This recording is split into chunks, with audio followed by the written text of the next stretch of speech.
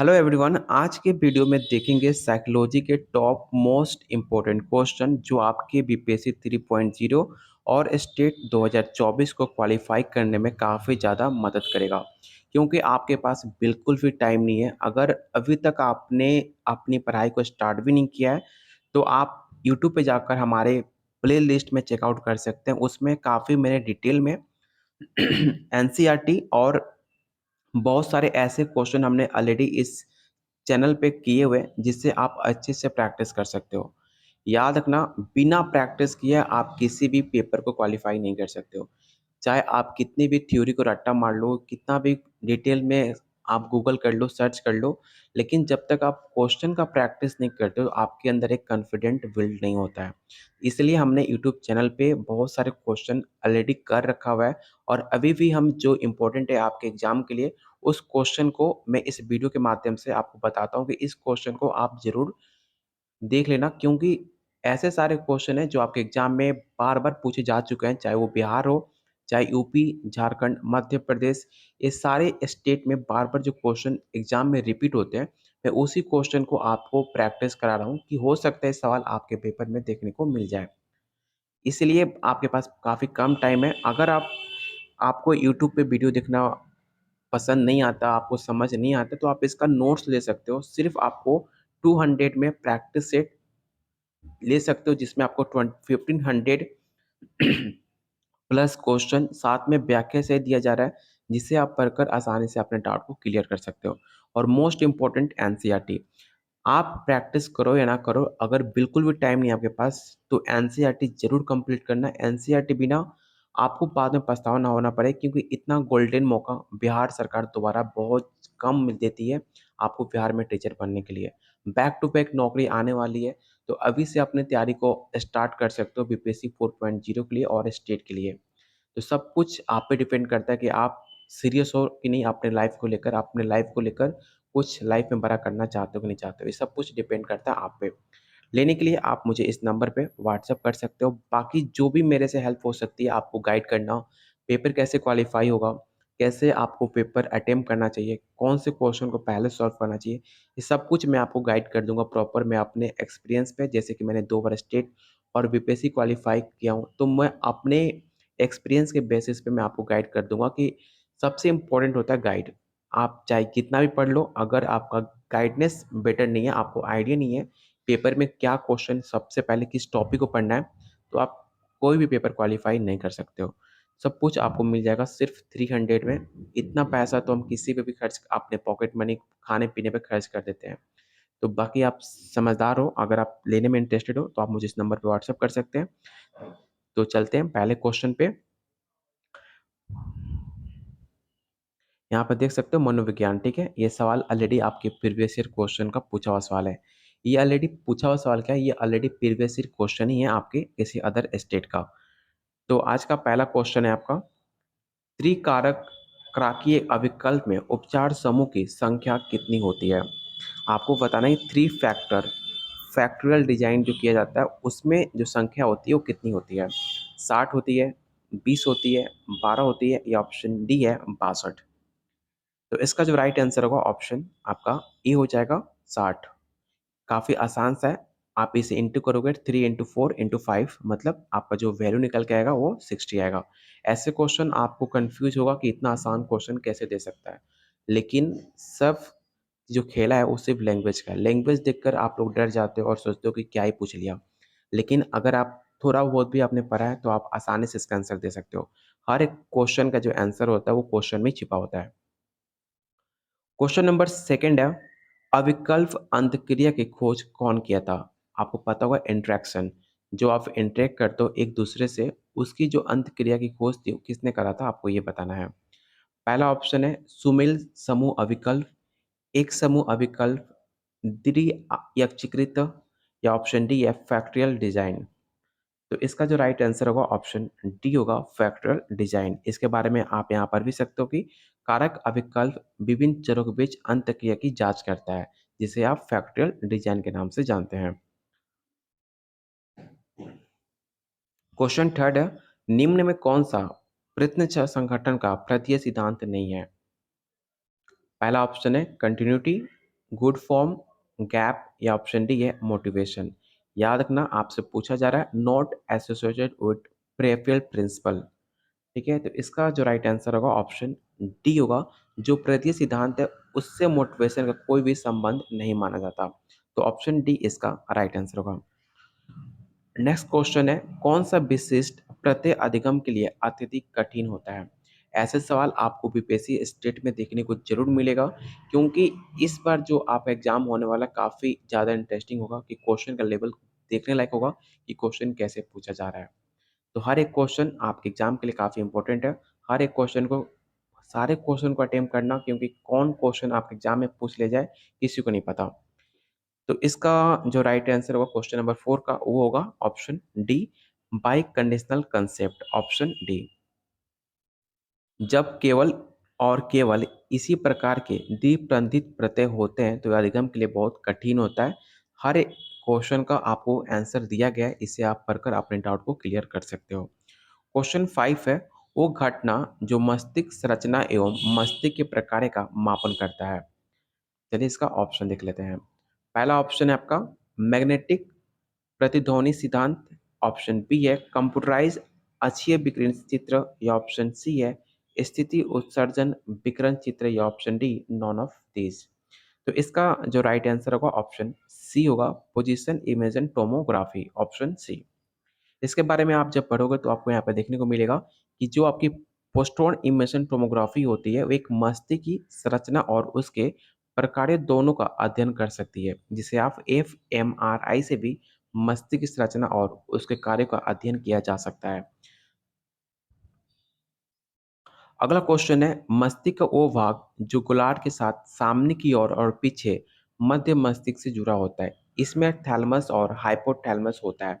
ये सवाल हमने काफ़ी पहले भी कर चुके हैं और काफ़ी मैंने एनसीईआरटी वीडियो में आपको थैलेमस और हाइपोथैलेमस के बारे में डिटेल में मैंने बताया भी है। अगर आपने वीडियो नहीं देखा है तो एनसीईआरटी का सीरीज जरूर देखिएगा, वो काफ़ी आपके लाइफ को लाइफ चेंजिंग वीडियो साबित हो सकता है। तो उस वीडियो को जरूर देखिएगा, मिस बिल्कुल मत करना।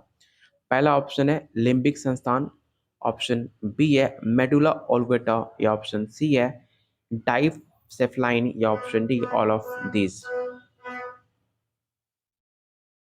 तो इसका राइट आंसर ऑप्शन सी होगा। यहाँ पर देखना मस्तिष्क का वो भाग जो गोलार्ध होता है, जो आपका मस्तिष्क होता है ना, उसके सामने की ओर और पीछे की जो मस्तिष्क होती है उससे एक दूसरे से जुड़ा होता है, जिसे आप डाइसेफ्लान नाम से जानते हैं, और इसी में आपका थैलमस और हाइपोथैलेमस दोनों देखने को मिलता है। अगर पूछ ले एग्जाम में कि थैलेमस और हाइपोथैलेमस कहाँ पे होते हैं, तो याद रखना आपके डाइसेफ्लाइन को बीच में उसको उसको रखा जाता है, थैलेमस को और हाइपोथैलेमस को। अगला क्वेश्चन काफ़ी आसान सा क्वेश्चन है। आपको बताना है कि बुद्धि का विकास 21 वर्ष तक होता है, उसके बाद अवनति होती है, किसने कहा? मतलब जो आपकी आईक्यू है, जो आपकी बुद्धि है, वो 21 वर्ष तक काफ़ी ज़्यादा विकसित होती है, काफ़ी तेज़ में, जैसे काफ़ी रैपिड फायर थे जैसा।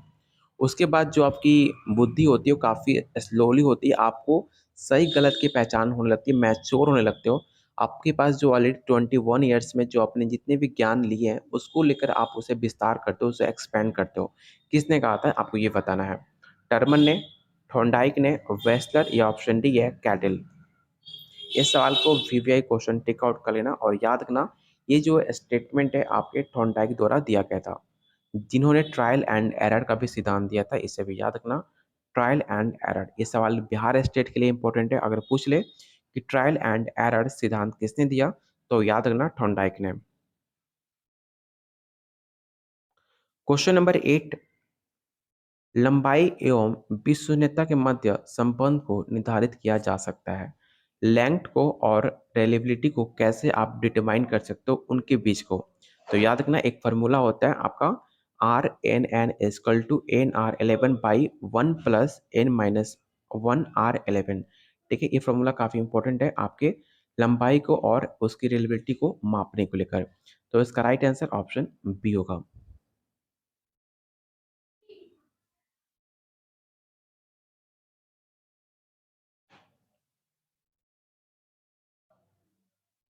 क्वेश्चन नंबर 9 है, क्वेश्चन को पहले पढ़ लो, ऑप्शन काफी लंबा है। विस्मरण एवं विलोपन के भेद को क्या कहते हैं? आपसे पूछा जा रहा है फॉरगेटिंग एंड एक्सटेंशन के जो डिफरेंस होते हैं, उसे हम किसे कहते हैं? तो इसका जो राइट आंसर होगा ऑप्शन बी होगा। बी स्मरण में पुनर्वलन होता है और जबकि विलोपन में नहीं होता है। तो ऑप्शन इसका बी राइट आंसर होगा। और जितने लोग वीडियो देख रहे हो प्लीज़ वीडियो को लाइक और शेयर कर दिया करो। आप लोग के लिए जितना भी कर लो, आप लोग बस अपने मन का करते हो, इसलिए हर कोई जो है ना, टीचर जो भी होते हैं या फिर कोई भी, किसी को भी हेल्प कोई नहीं कर पाता। अगर जब आप किसी का हेल्प नहीं करते हो, तो फिर आपको उम्मीद नहीं करना चाहिए सामने वाला आपके लिए हेल्प करेगा। वीडियो लाइक करने में बिल्कुल पैसा नहीं लगता, लेकिन आप वीडियो देखते हो लेकिन लाइक नहीं करते हो। मतलब खुद भी आप चाहते हो फ्री ऑफ कॉस्ट आपको सब कुछ मिले, लेकिन आप किसी के लिए एक लाइक भी नहीं कर सकते हो। ये सब कुछ भगवान देखते हैं। भगवान कर्म पे काफ़ी विश्वास होता है। एक होता है ना कि आप जैसा कर्म करोगे वैसा फल पाओगे।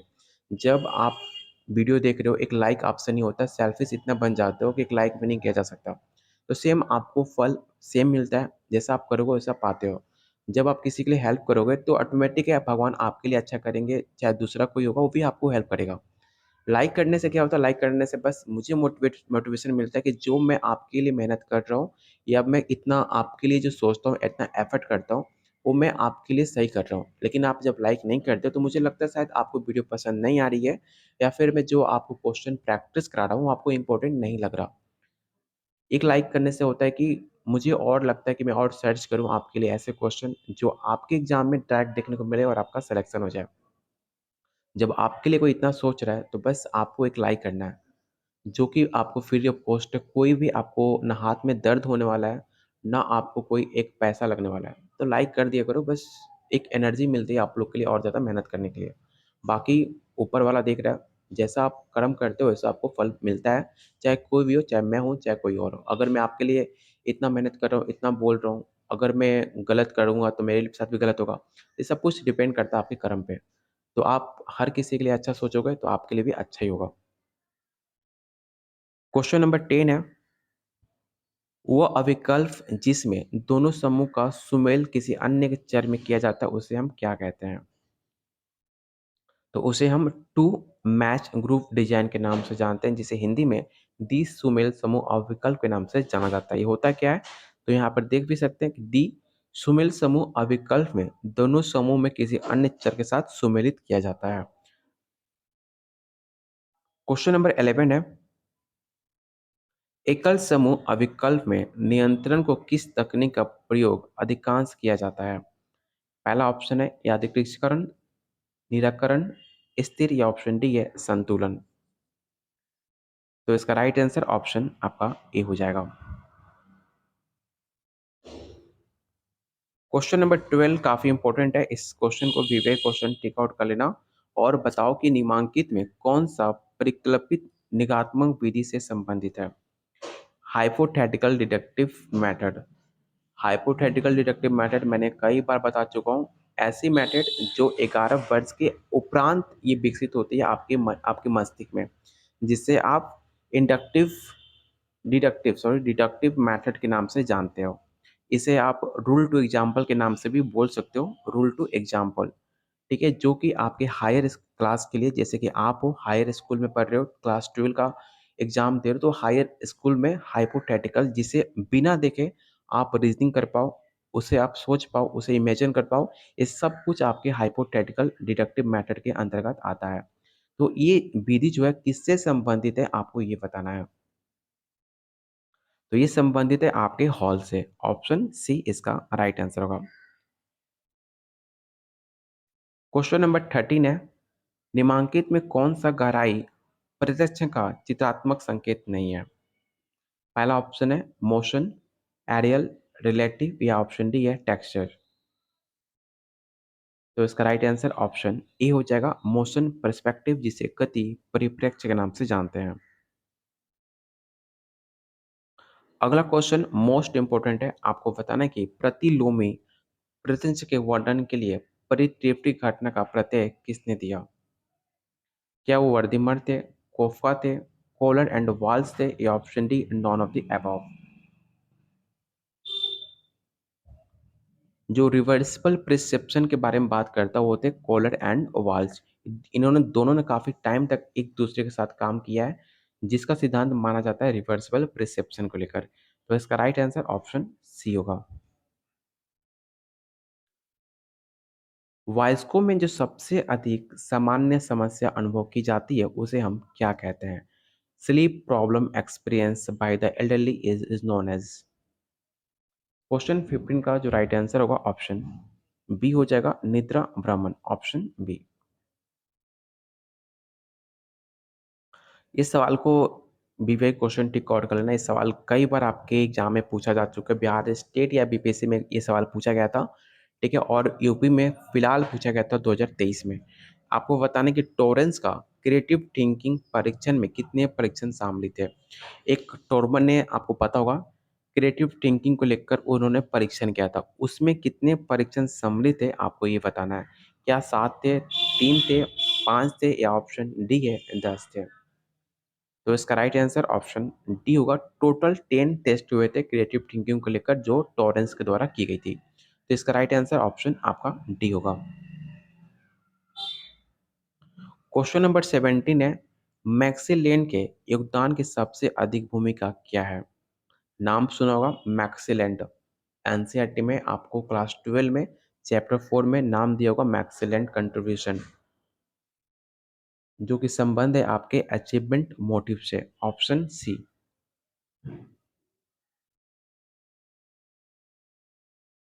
जहाँ चिंताकर्ता कल्पना द्वारा कुछ नवीन जोड़ता है जो प्राप्त आंकड़ों से प्रत्यक्ष रूप से प्राप्त नहीं किया जा सकता, इसे प्रपंच को क्या कहते हैं?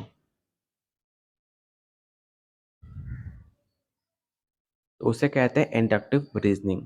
इंडक्टिव रीजनिंग क्या होती है? जो इसमें आपको एग्जाम्पल दिया जाए, उसमें आपको कल्पना करने की जरूरत ना पड़े, आपको प्रत्यक्ष रूप से आपको देखने को मिले और उसके बाद आप उस पर काम करो, उसे कहा जाता है इंडक्टिव रीजनिंग। इसका राइट आंसर ऑप्शन बी होगा। क्वेश्चन नंबर 19 है, जन्म बच्चों के जन्म क्रम के अनुसार निम्न में कौन सा अधिक बौद्धिक योग्यता का होगा? मतलब जब बच्चे का जन्म होता है और उसके बौद्धिक योग्यता तक सबसे ज़्यादा उसकी जो बौद्धिक होती है, जो उसका आईक्यू होता है, इंटेलिजेंस एबिलिटी कब से सबसे ज़्यादा कब होगी, आपको ये बताना है। तो याद रखना, जब बच्चे का जन्म होता है उस टाइम उसका जो माइंड होता है काफ़ी ज़्यादा शार्प होता है। जो भी आप उससे बोलते हो काफ़ी ज़्यादा वो ध्यान से देखता है। जो भी चीज़ है वो काफ़ी आसानी से सीख लेता है। जैसे कि आप उसे बोलते हो कि कोई भी बात उससे बोलते हो तो काफ़ी ज़्यादा उस पे रिएक्शन करता है। क्योंकि उसका माइंड जो होता है काफ़ी ज़्यादा क्रिएटिव होता है, काफ़ी ज़्यादा उसमें एबिलिटी होती है कुछ सीखने की। तो इसका राइट आंसर ऑप्शन आपका ए हो जाएगा। क्वेश्चन 20 है, समांतर रेखाएँ ज्यों के ज्यों पीछे हटती जाती हैं, अविस्तारित होती हैं, उसे हम क्या कहते हैं? तो उसे हम लीनियर पर्सपेक्टिव के नाम से जानते हैं, ऑप्शन बी।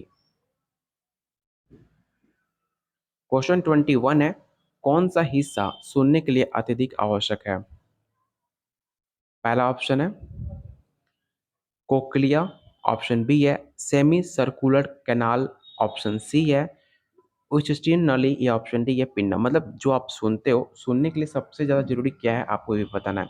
तो याद रखना, जो आपका शंख है जिसे आप कोक्लिया कहते हो, काफ़ी इंपॉर्टेंट रोल निभाता है आपके किसी भी आवाज़ को सुनने के लिए। अगर आप मेरी आवाज़ को सुन पा रहे हो तो उसमें आपका इंपॉर्टेंट रोल निभाता है कोक्लिया, जिसे आप शंख के नाम से जानते हो। क्वेश्चन 22 है, निम्न में कौन सा एक नेत्री गहराई संकेत है?